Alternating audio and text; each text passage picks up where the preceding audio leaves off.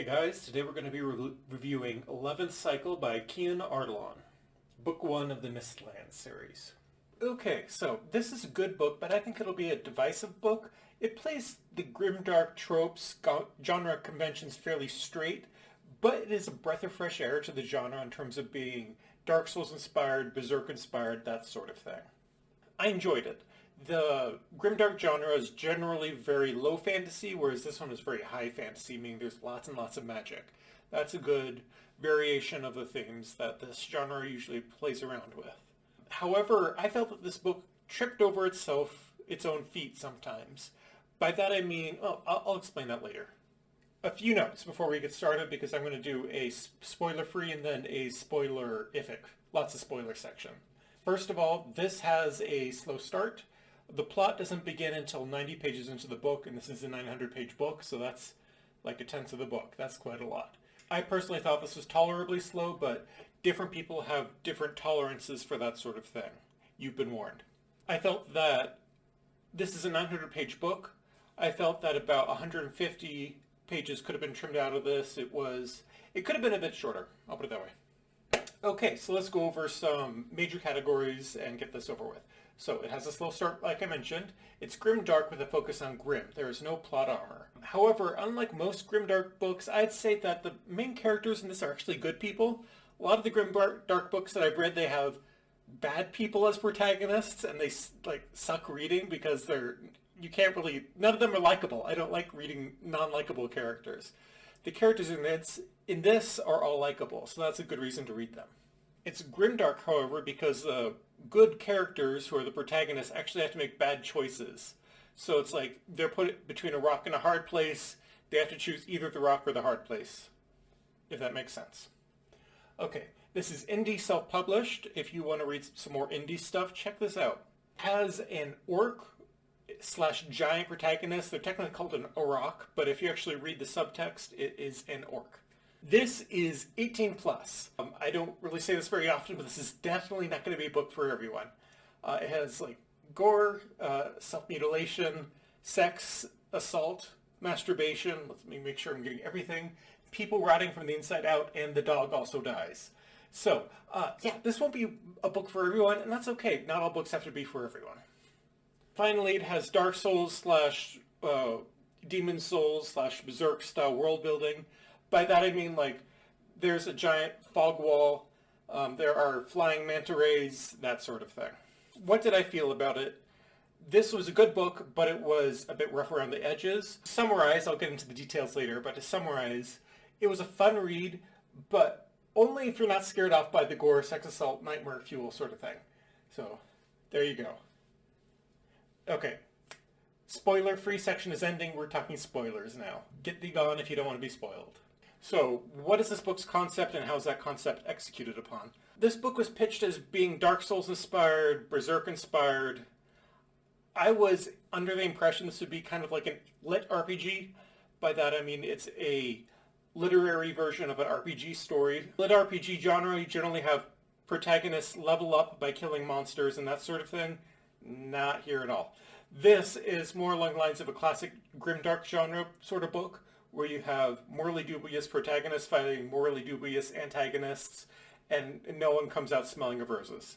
It's more about the normal grimdark, it's less about lit RPG.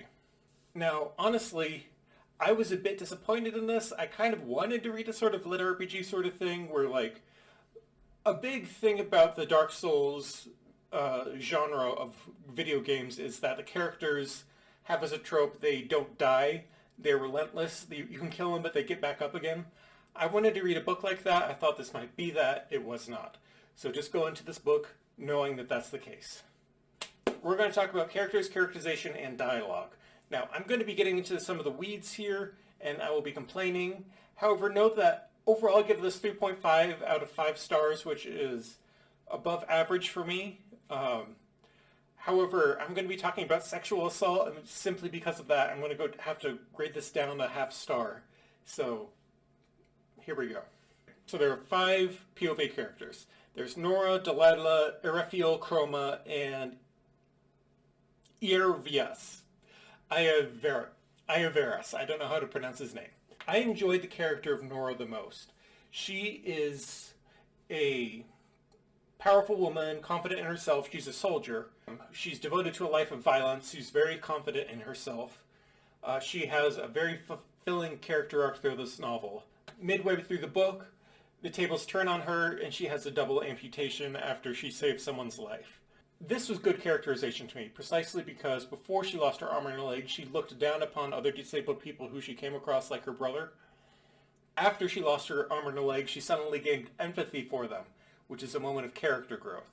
That was, I thought, fairly well written, all things considered. And it even gets better from there. While she's recovering, she is sent back home to her family to recuperate. The thing is, her family are like dicks. If I were to describe them, they're a combination of like the Dursleys and extremely judgmental Christians in a doomsday cult sort of situation. Her parents are like close-minded, they're gossipy, they dislike Nora, and they view her as an embarrassment. So they lock her in a closet basically and don't let her leave. And when this happened, I was like, oh no, these people are awful. I hate this. And at the same time, it was the most compelling reading in the entire book because of how awful it was. I loved how it made me feel. It was a great moment to read. And then the sex assault happened in the middle of that excellent bit of characterization. I was not so pleased about that, but I'm just going to skip that for now and I'm going to finish your character arc. Nora is saved by Varys. Basically what happens is that she receives magical prosthetics to replace her lost limbs, allowing her to re-enter the fight. She then proceeds to go on a roaring rampage of revenge against everyone who wronged her.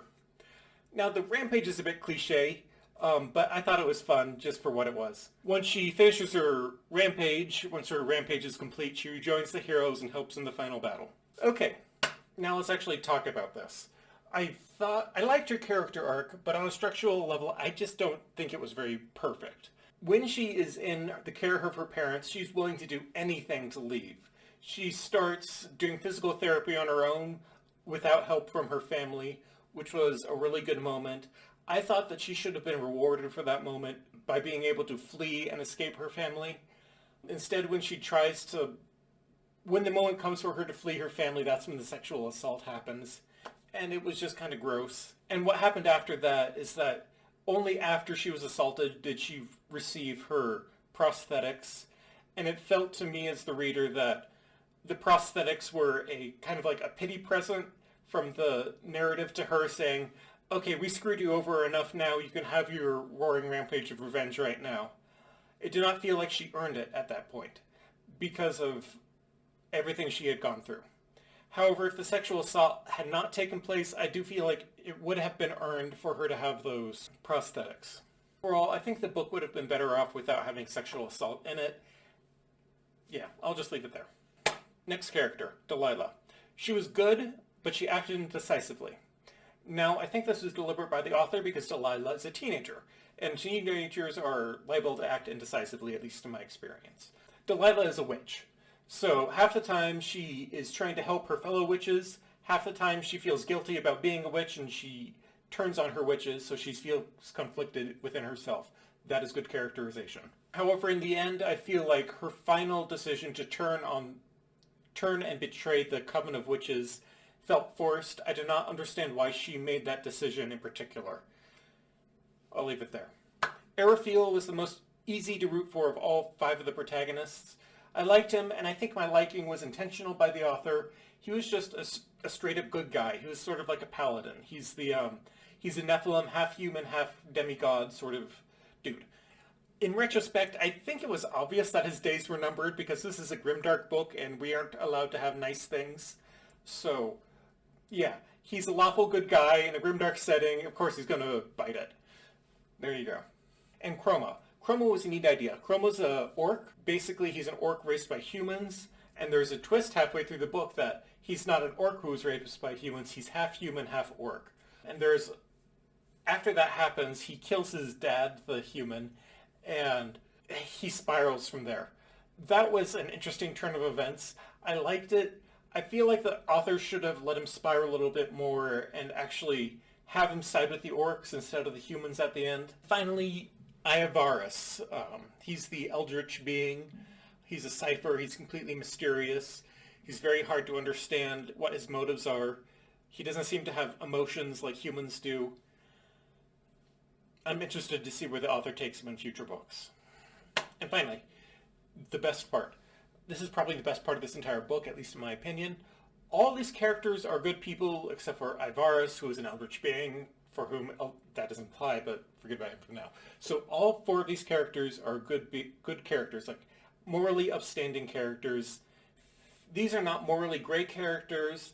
They try to do the right thing most of the time. Even Nora, who's a bit sketchy, like willingly jumped in the way of a bomb to save a girl's life, and that's what cost her her arm and her leg.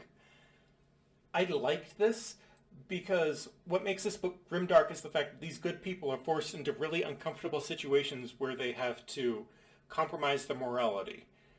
For example, in the case of Chroma, he's forced to choose between his father's people and his mother's people. In the case of Delilah, she has to choose between the witches who want to be free and the church, which is oppressing the witches.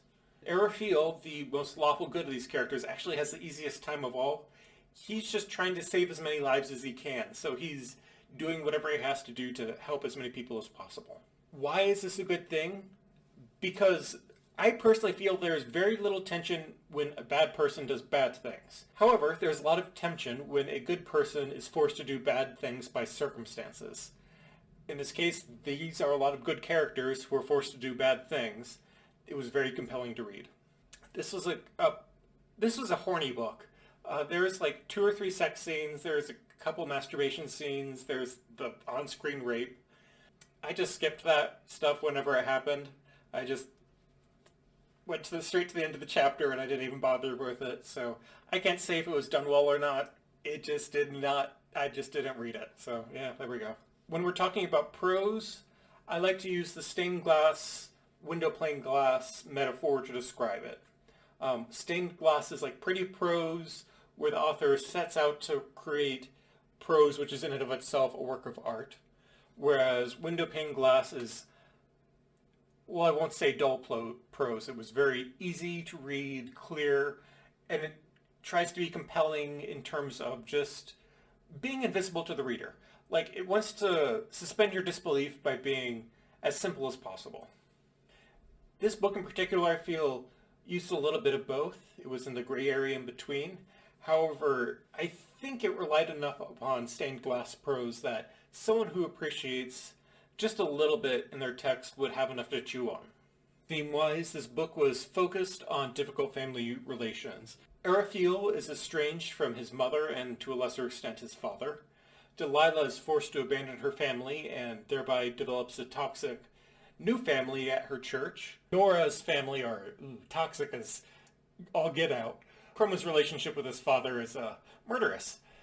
And finally, Ivarus is the son of the Elder King god, and suffice it to say, all these parents suck, so it's a complex family situation all around. About the setting and world building, I thought it was largely well implemented in terms of being like just stealing elements from Dark Souls and Demon Souls and putting them into the text. It's fine that they just lifted it, who cares. It was fun to read. If I have a complaint, I wish he stole more stuff.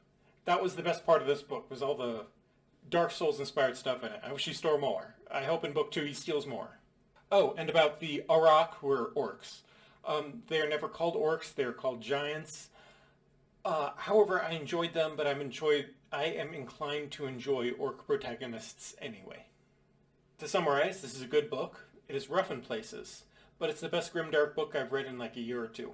So I'll probably read book 2 whenever it comes out. See you later.